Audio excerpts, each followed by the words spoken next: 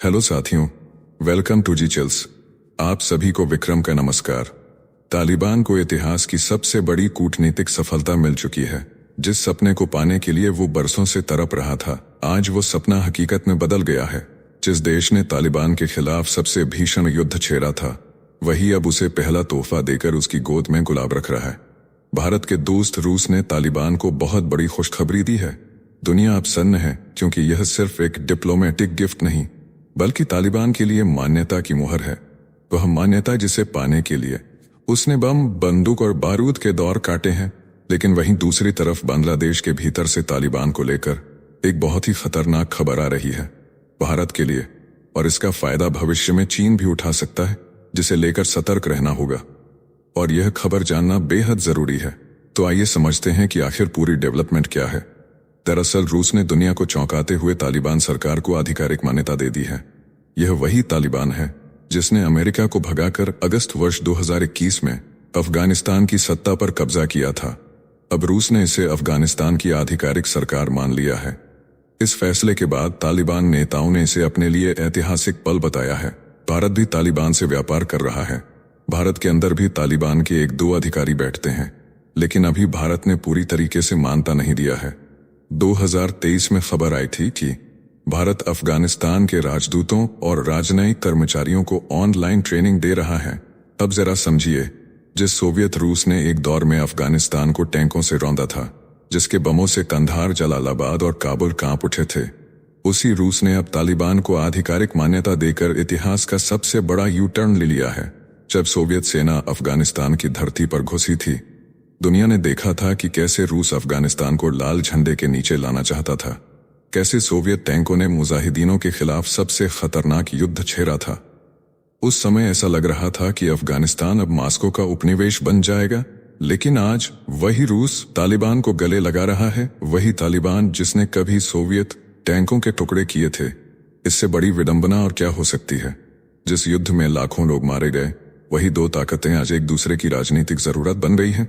रूस को अब तालिबान चाहिए, पश्चिम को संतुलित करने के लिए, मध्य एशिया में अपने प्रभाव को बचाए रखने के लिए, और तालिबान को रूस चाहिए वैधता के लिए, निवेश के लिए और उन देशों का समर्थन पाने के लिए जो अमेरिका से दूरी बनाए हुए हैं। यह दोस्ती दिल से नहीं, जरूरत से जन्मी है। लेकिन एक बात साफ है, सोवियत हमले की राख से जो दुश्मनी उभरी थी, वह अब वैश्विक राजनीति की आग में झुलसकर साझेदारी में बदल गई है। यह वही अफगानिस्तान है, लेकिन अब खेल बदल चुका है। रूस ने मान्यता देकर दुनिया को साफ संदेश दे दिया है। अब तालिबान को नजरअंदाज नहीं किया जा सकता। मॉस्को में एक भव्य समारोह के दौरान रूस के उपविदेश मंत्री आंद्री रुडेनको ने तालिबान द्वारा नियुक्त गुल हसन हसन को आधिकारिक तौर पर अफगानिस्तान के राजदूत के रूप में मान्यता दी। इसी समारोह में अफगान दूतावास पर तालिबान का सफेद झंडा लहरा दिया गया। यह पहला मौका है जब किसी देश ने तालिबान शासन को अंतर्राष्ट्रीय स्तर पर पूरी मान्यता दी है। तालिबान के कार्यवाहक विदेश मंत्री अमीर खान मुत्ताकी ने इसे रूस और अफगानिस्तान के रिश्तों के इतिहास में मील का पत्थर करार दिया है। रूस का ये कदम सिर्फ एक राजनीतिक ऐलान नहीं है, ये उन तमाम देशों को जवाब है जो किसी देश को उसके अतीत की आग में जलते देखने में ही मजा लेते हैं।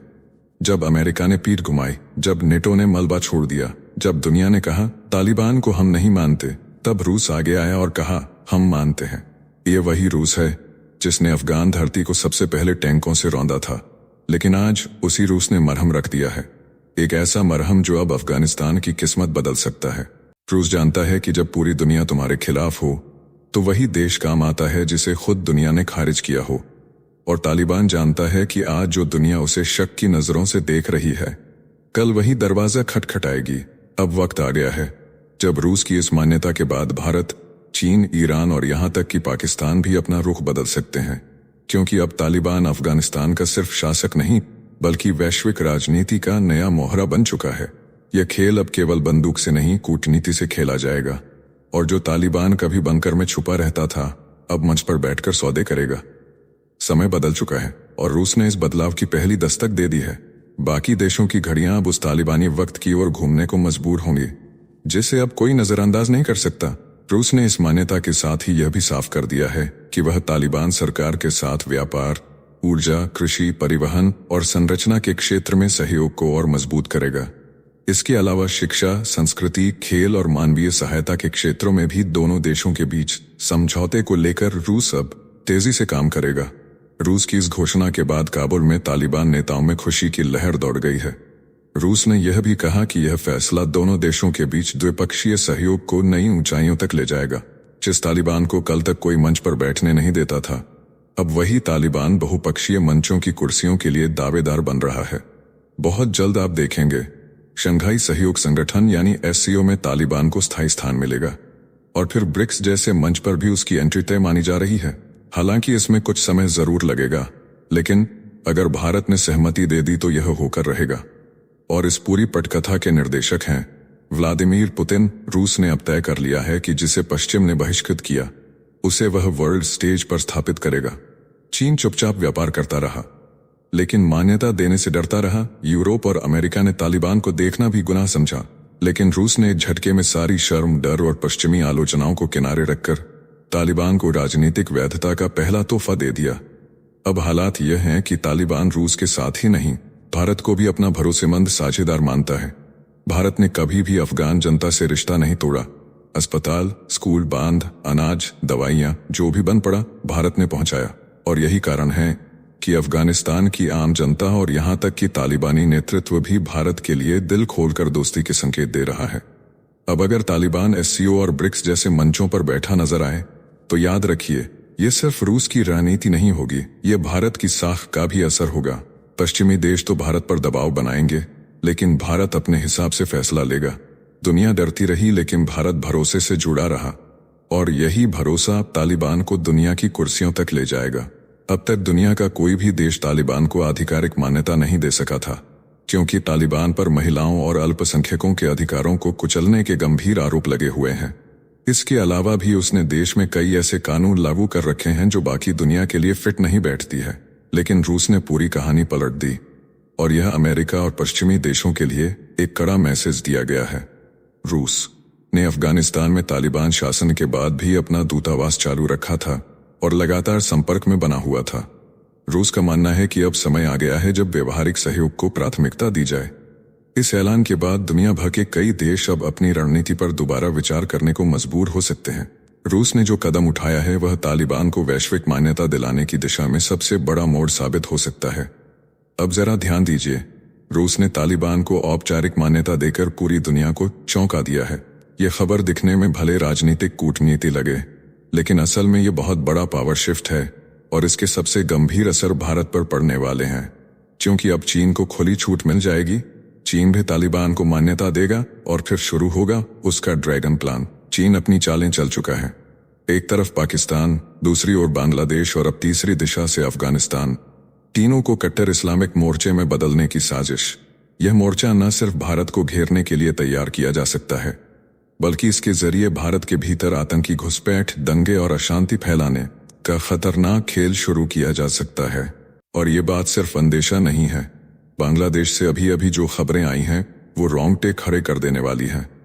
कट्टरपंथी इस्लामिक ग्रुप जमात चरमोहाई ने तालिबानी हुकूमत की तर्ज पर बांग्लादेश को ढालने की खुली चेतावनी दे दी है। इस संगठन के सरगना मुफ्ती सैयद मोहम्मद फैजुल करीम ने एक इंटरव्यू में ऐलान कर दिया है कि अगर उनकी पार्टी को बांग्लादेश का सत्ता सौंपा गया तो देश में शरीयत कानून लागू कर दिया जाएगा।